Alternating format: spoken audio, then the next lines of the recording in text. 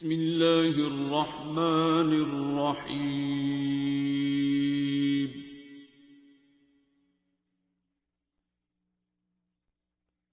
الرحمن. آج کسی کا سوال بھی تھا، شاید تھا آج کا تھا کہ پچھلی بار کا تھا، میرا خیال ہے یہ ہے. کسی نے بابا جی کا ذکر کیا ہوا ہے نا، ہے وہ بول دو مجھے.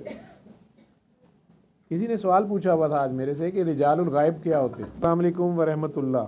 ڈاکٹر صاحب، آج سے تقریباً 25 سال قبل ہم سب اپنے موڑا شریف والے پیر و مرشد کے ہمراہ داتا صاحب میں حلقہ بند ذکر جلی اور قلب پر ضرب کی مشق میں مشغول تھے کہ اچانک ایک کڑک آواز آئی، کیوں ان کی گردن تڑوانے لگے ہو. یہ یوزلی لوگ اس طرح کر کے ذکر کر رہے ہوتے ہیں، اللہ ہو ایسے کر رہے ہوتے ہیں. مختلف ذکر کے طریقے ہیں، طریقت مختلف سلاسل کی اپنی اپنی ہے. جو اونچی آواز میں ذکر کیا جا رہا ہوتا ہے ذکر جلی اسے کہتے ہیں. کئی لوگ دل میں پڑھ رہے ہوتے ہیں جیسے خفی بھی کہہ دیتے ہیں. ایسے سمجھ لو، آپ لوگوں کے لیے ٹرمینالوجی اتنی کافی ہے.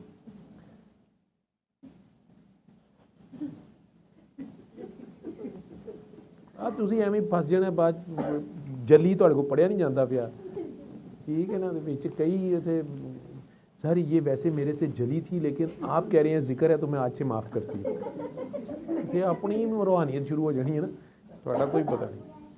ذکر ہے کہ مذکور ہے یہ بھی نہیں تم لوگوں کو پتہ چلتا نا. تھوڑے جو ہوتے تو ذرا سے مذکور سمجھنے اپنے آپ کو. اچھا، تو اچانک ایک کڑک آواز آئی، کیوں ان کی گردن تڑوانے لگے ہو. کچھ اور بھی الفاظ تھے، میں صحیح یاد نہیں رکھ سکا. تنبیہ کا ایسا سخت اور اچانک کاٹ دار انداز تھا کہ سب نے آنکھیں کھول لیں. ایک دبلے پتلے دراز قد بزرگ عصا سمیت کھڑے مرشد پاک کو گھور رہے تھے. حیران کن طور پر ہمارے مرشد پاک مؤدبانہ سر جھکائے کھڑے ہو گئے تو ہم سب بھی کھڑے ہو گئے. انہوں نے ہم سب کو آنکھیں بند کر کے دل میں پیار سے 3 بار اللہ پکارنے کو کہا، لیکن ان کا اللہ کہنا ہمارے پورے جسم پر شدید لرزہ طاری کر دیتا تھا. انہوں نے ہماری آنکھیں کھلوائیں، مرشد پاک کو گلے لگایا اور چل دیے. وہ آپ کے بابا جی سید صفدر علی بخاری تھے، لیکن اس وقت تک میں نہیں جانتا تھا کہ وہ کون تھے. میں استرارن، یعنی یہ اپنے حلقے کو چھوڑ کے یہ گول دائرے میں بیٹھے ہوتے ہیں، حلقہ بنانا اسے کہتے ہیں. میں استرارن ان کے پیچھے چند قدم ہی چلا تھا کہ یکدم مڑے اور بولے، واپس اپنے مرشد کے پاس جاؤ، تمہارا حصہ ادھر ہی ہے. اتنا تہمکانہ انداز تھا، میں واپس ہو لیا. مرشد سے جب دریافت کرنے کی کوشش کی کہ یہ کون ہے تو دھیمے سے لہجے میں بولے، یہ رجال الغیب میں سے ہیں، بہت بڑی ڈیوٹی پر ہیں. اس سے زیادہ وہ کچھ نہیں بولے. ہم میں ہمت تھی.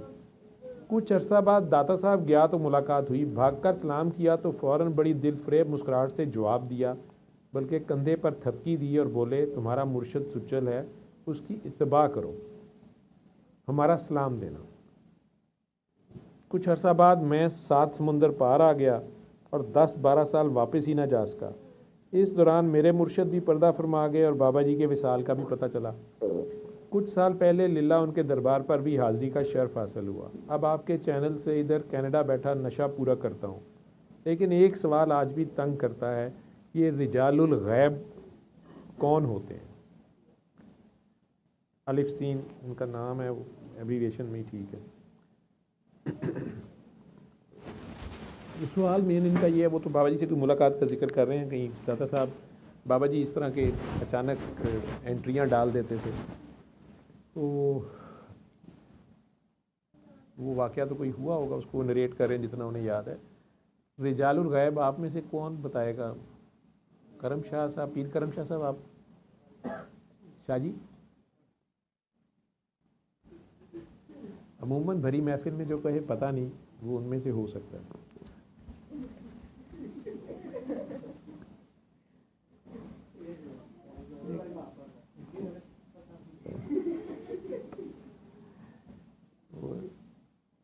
آپ ایسے سمجھ لیں، قرآن کریم میں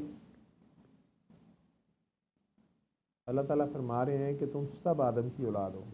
یہ میری سمجھ ہے، میں غلط ہو سکتا ہوں، اصل تو علماء کو پتہ ہوگا، اللہ والوں کو پتہ ہوگا. میں جتنا غور کیا ہے قرآن کے بارے میں، تھوڑا بہت پڑھ لیا، تو میں کیونکہ میرے سے پوچھ رہا ہے تو میں اپنی سمجھ بتا سکتا ہوں.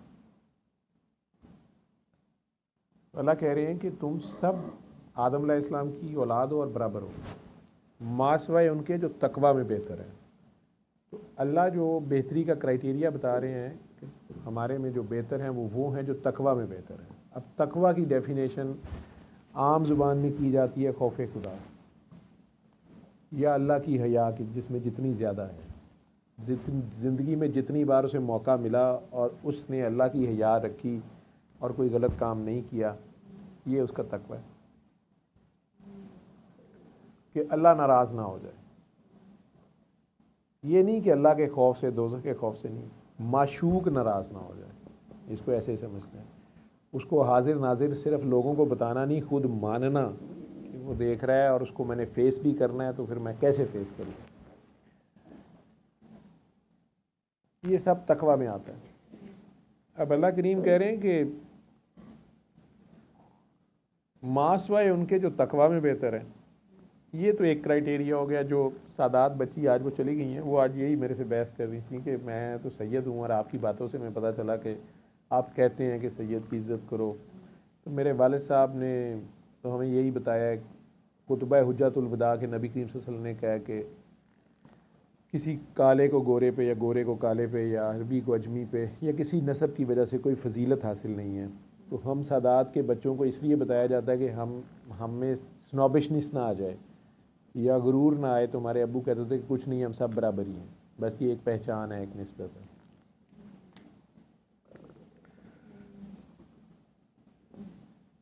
وہ ان کی اپنی جگہ عاجزی ٹھیک ہے, لیکن یہ نسبت بہت بڑی نسبت ہے سادات کی. اس لیے میں کہتا ہوں کہ ان کی عزت کریں. اگر وہ اسی راستے پہ چلتے ہیں پھر وہ عالمی ہیں, سرکار کے راہ پہ جو چلتے ہیں, کا درجہ بڑا ہے. اس میں کون کون کتنی تقوی سے رہا, کون کہاں لڑکا, کون کہاں نہیں لڑکا, اس میں اللہ نے فیصلہ کرنا ہے, کون آگے پیچھے. لیکن اسی تقوی کے ساتھ اللہ ایک اور جگہ ایک اور کرائٹیریا بھی بول رہا ہے. تو اللہ تعالیٰ کہہ رہے ہیں کہ جو تم میں سے تقوی میں بہتر ہیں یا جنہیں میں نے فضیلت دی. اب یہ اللہ میاں کی ڈسکرپشن ہے کہ اللہ تعالیٰ نے اچانک اتنا نیک عبادت گزار شیطان ہیں, فرشتے ہیں, دوسری مخلوقات ہیں, تو اللہ کریم نے اچانک کہہ دیا کہ نہیں بیٹا میری جرابیں مجھے دے دو. تو اللہ نے کہہ دیا نہیں, آدم تم سے بہتر ہے. اب آدم علیہ السلام نے ابھی کوئی عبادت کوئی تقوی کچھ نہیں دکھایا ہوا, لیکن اللہ نے فضیلت دے دی. اس کے ساتھ ہی اللہ تعالیٰ کہہ رہے ہیں کہ جیسے خامد کو میں نے بیوی پہ فضیلت دی, اللہ کی مرضی ہے. ہاں ساتھ یہ بھی کہہ دیا کہ چونکہ وہ اپنا خرچ کرتا ہے, وہ یہ اس کی ذمہ داری ہے مرد کی مین جو اللہ کی طرف سے ہے. اگر وہ نہیں کرتا, اپنی ڈیوٹی نہیں مارا, تو پھر وہ اس درجے سے گر گیا, وہ ایک علیحدہ کہانی ہے. نظام چلانے کے لیے اللہ نے اس نظام میں ایک فیصلہ دے دیا کہ بہتر ہے کہ خامد کی فضیلت.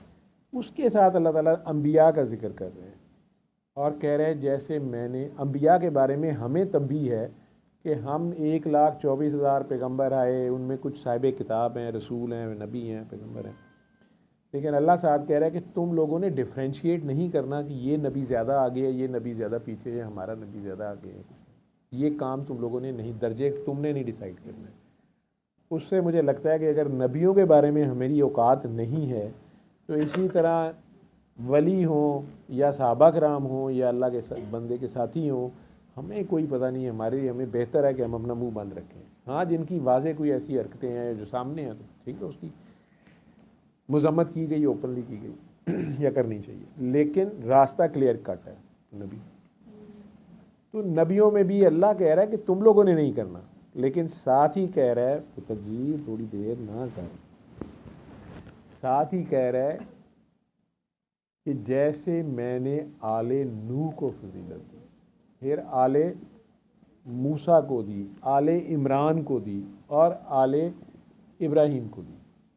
اب حضرت نوح علیہ السلام جو ہیں انہیں آدم ثانی بھی کہتے ہیں, کیونکہ جب طوفان نوح آیا تو ایک بار سارا کچھ وائپ آؤٹ ہو گیا, دوبارہ سے نسل انسانی بھی اور دوسری ساری چیزیں, پانی غائب ہوا اور ساری چیز آباد ہوئی.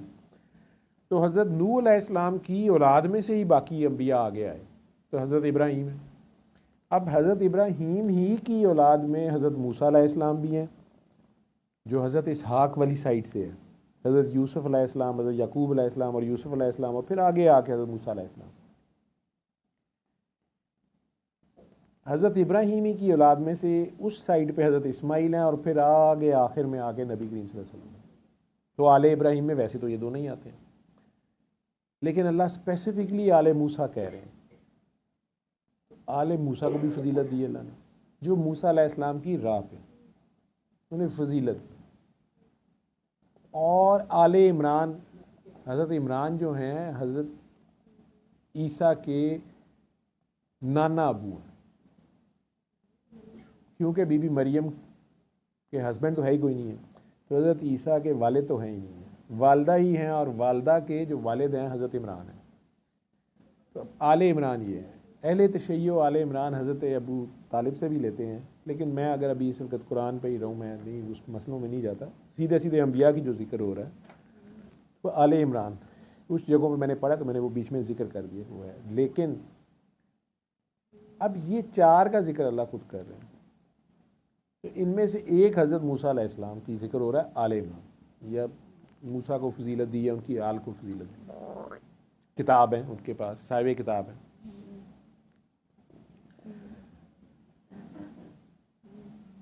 اگر دیکھا جائے تو انہی کی لڑی آگے چل کے بیسیکلی آ کے حضرت عیسیٰ تک بھی وہی میسیج آ رہا ہے، اور ان سے پہلے حضرت داؤد بھی بیچ میں آ رہے ہیں، زبور بھی ان پہ آ رہی ہے، توریت بھی آ رہی ہے، انجیل بھی ہے، پھر نبی کریم صلی اللہ علیہ وسلم پہ قرآن کریم سارا.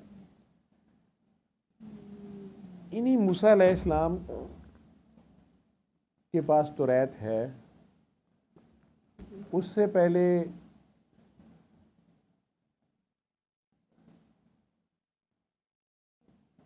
حضرت سلیمان علیہ السلام بہت بڑے ایک نبی جنہیں جنوں پر بھی ہواؤں پر بھی حکمرانی ہے، ان کے دربار میں بھی ایک صاحب کا ذکر ملتا ہے کہ انہوں نے کہا کہ کوئی ہے جو کہ ملکہ سبا کا تخت لے آئے فوراً.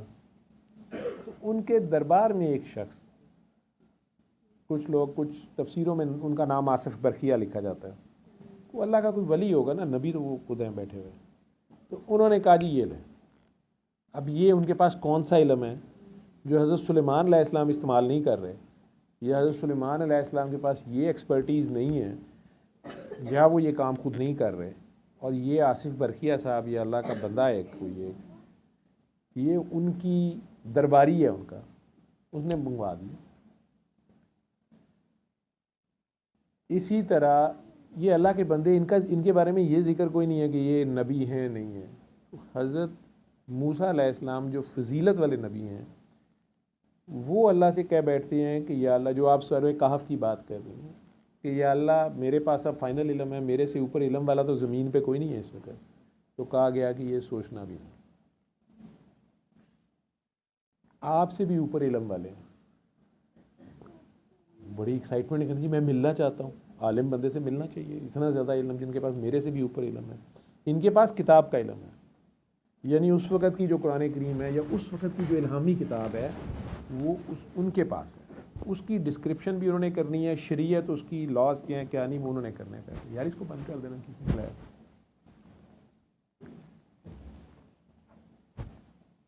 کہا گیا کہ آپ چل کے جائیں، کیونکہ درجہ اس کے پاس علم زیادہ ہے تو پھر چل کے جایا جائے گا. کنویں کے پاس پیاسے کو جانا پڑے گا. اور میں اس میں جتنا غور کرتا ہوں صرف سورہ کہف کے واقعے کے حساب سے، بہت ڈیٹیلز میں نے کہا، میں یہ دیکھتا ہوں کہ اللہ نے انہیں کہا کہ آپ اپنے ان کا دوست یا بھائی ہے حضرت ہارون علیہ السلام، دوسرے پیغمبر جو ہیں یا ساتھی ان کا، کہ جہاں پر تم لوگوں سے غلطی ہوگی یا ان سے غلطی ہوگی یا مچھلی ان کی گر جائے گی یا کھانا ان کا، جہاں دونوں دریا ملیں گے، وہ ساری نشانیاں بتائی گئی ہیں. اور وہاں بالآخر ان کی حضرت خضر علیہ السلام سے ملاقات ہوتی. اور خضر علیہ السلام جو ہیں انہیں بھی پتہ ہے کہ اللہ کا بندہ ہے، نبی ہیں اور یہ آئے ہیں ملنے. تو وہ انہیں اعتراض ہی کر رہے ہیں، انہیں کہہ رہے ہیں کہ آپ کیوں آئے ہیں، اب وہ کیا ضرورت ہے، یعنی آپ اپنی ڈیوٹی کریں، مجھے اپنی ڈیوٹی کرنا ہے. اور وہ کہہ رہے ہیں کہ نہیں میں آپ کو ڈسٹرب نہیں کروں گا، بس میں نے آپ کے ساتھ رہنا ہے، آپ کیا کرتے ہیں، کیا علم ہے. تو پہلا سٹیپ ہے جس میں وہ کشتی میں سوراخ کر دیتے ہیں. جن بچوں نے وہ دریا پار کرایا ان کی کشتی میں سوراخ کر دیے۔ دوسرا سٹیپ ہے جس شہر کے لوگوں نے ان کو ذرا سی لفٹ نہیں کرائی، راستہ بتانے پہ تیار نہیں، کھانا دینے پہ، پانی پوچھنے پہ تیار نہیں، بلکہ اگر کسی دیوار کے سائے میں بیٹھے ہیں تو انہوں نے وہاں سے بھی اٹھا دی، جی ہماری دیوار کے سائے سے اٹھو۔ تو مسافروں کے ساتھ اتنا برا سلوک ہے۔ اس شہر کی دیوار گر رہی ہے کوئی کسی کے گھر کی، تو ان کے کہے بغیر حضرت خضر علیہ السلام جو ہے اس دیوار کو سہارا دینا شروع ہو گئے ہیں، یا اس کو مرمت کرنا شروع ہو گئے ہیں، جس پہ حضرت موسیٰ کو اعتراض ہے کہ جب اتنے گندا شہر ہے اور یہ اپنی دیوار میں بیٹھنے نہیں دے رہے، آپ ان کی گرتی دیواروں کو سہارے دے رہے ہیں۔ اور وہ انہیں بار بار کہہ رہے ہیں کہ میں نے آپ سے کہا تھا آپ نے چپ رہنا، آپ نے میرے کام میں نہیں بولنا۔ تیسری بار تو انہوں نے حد ہی کر دی ہے کہ انہوں نے ایک معصوم بچہ گلی میں کھیل رہا ہے بڑا صاف ستھرا نیٹ کلین سے، جس سے اچھے بیبی ہوتے ہیں، اور اس نے زوردار سلام بھی مار دیا ان اجنبیوں کو۔ اور موسیٰ علیہ السلام بڑے خوش ہوئے ہیں، کتنا اچھا بچہ ہے اور کتنا تمیزدار ہے کسی اچھے گھرانے کا، اور خضر علیہ السلام نے اس کی گردن ہی اتار دی، جس پہ موسیٰ علیہ السلام چیخ ہی پڑے ہیں کہ جی آپ کیا کر رہے ہیں، کہا گیا کہ میں نے تمہیں کہا تھا تم نے چپ رہنا۔ وہ واقعہ سورہ کہف میں آپ پڑھیں گے تو ایسے ہے۔ رجال الغیب یہ ہوتے ہیں، میری سمجھ یہ ہے کہ یہ کوئی اللہ کی اپنی حکمت ان کی ہوتی ہے، ان کے بارے میں کم ہی جو لوگ جانتے ہیں، یا ان کے بارے میں کم انفارمیشن دی جاتی ہے، اور ان کی اپنی کوئی ڈیوٹی ہوتی ہے، ڈیوٹی کے لوگ ہوتے ہیں۔ جو میرے آپ کے سوال کا جو جواب ہے، مجھے یہی سمجھ آئی ہے ان لوگوں کی۔ باقی علماء کرام اس کے اوپر بول چکے ہوں گے، اور کافی کچھ کتابوں میں آپ کو مل جائے گا، آپ اس میں دیکھ لیں، مجھے اتنی ہی سمجھ آئی ہے۔ سورہ کہف کا یہ جو واقعہ ہے، اس سے مجھے بھی یہ سمجھ آتی ہے، میں اس سے یہ عکس کرتا ہوں، تو میری ماں کہتی ہوتی کہ جڑے پنڈ جانا نہیں تو راہ پوچھنے کا بھی فائدہ کوئی نہیں۔ یا جو موسیٰ علیہ السلام کی ڈیوٹی ہے وہ خضر علیہ السلام کی نہیں ہے، جو خضر علیہ السلام کی ہے وہ موسیٰ علیہ السلام کی نہیں ہے۔ یا کسی اور نے کہا تھا کہ جو موسیٰ کے پاس تھا وہ خضر کے پاس نہیں تھا، جو خضر کے پاس تھا وہ موسیٰ کے پاس نہیں تھا۔ تو ان کی ڈیوٹی اپنی اپنی تھی۔ اسی طرح ہمیں اپنی پہچان ہونی چاہیے کہ میرے ذمہ ہے کیا، اتنا میں کام کر لوں۔ کسی دوسرے کی کیا ڈیوٹی ہے، وہ کیا کر رہا ہے، اس کو ناپنے تولنے جج کرنے کے چکر میں کئی بار انسان خود اپنے آپ کو خراب کر لیتا ہے، خواہ مخواہ کی جو ہے مصیبت میں پھنس جاتا ہے، اپنی پہچان بھی بھول جاتا ہے کسی کی کیا اس نے کرنی ہوتی ہے۔ خیر